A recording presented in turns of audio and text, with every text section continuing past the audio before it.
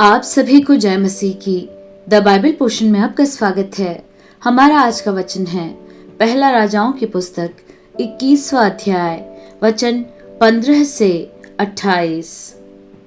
यह सुनते ही कि नाबोत पथराव करके मार डाला गया है, इजबेल ने अहाब से कहा, उठकर यिज्रेली नाबोत की दाख की बारी को, जिसे उसने तुझे रुपया लेकर देने से भी इनकार किया था, अपने अधिकार में ले, क्योंकि नाबोत जीवित नहीं परंतु वह मर गया है।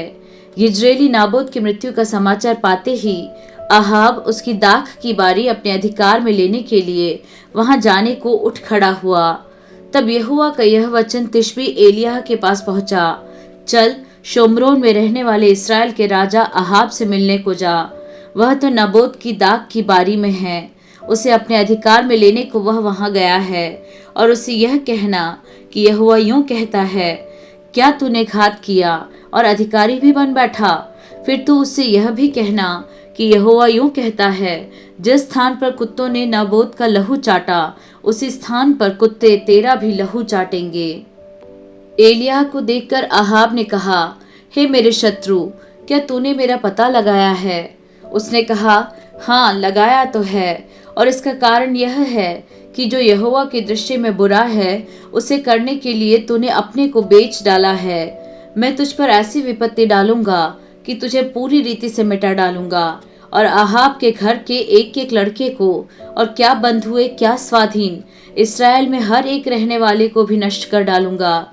और मैं तेरा घराना नबात के पुत्र यारोबाम और अहिय्याह के पुत्र बाशा का सा कर दूंगा, इसलिए कि तूने मुझे क्रोधित किया है और इस्राएल से पाप करवाया है। और इजबेल के विषय में यहोवा यह कहता है, यिज्रेल के किले के पास कुत्ते इजबेल को खा डालेंगे। अहाब का जो कोई नगर में मर जाएगा उसको कुत्ते खा लेंगे, और जो कोई मैदान में मर जाएगा उसको आकाश के पक्षी खा जाएंगे। सचमुच अहाब के तुल्य और कोई न था, जिसने अपनी पत्नी इजबेल के उकसाने पर वह काम करने को जो यहोवा की दृष्टि में बुरा है अपने को बेच डाला था।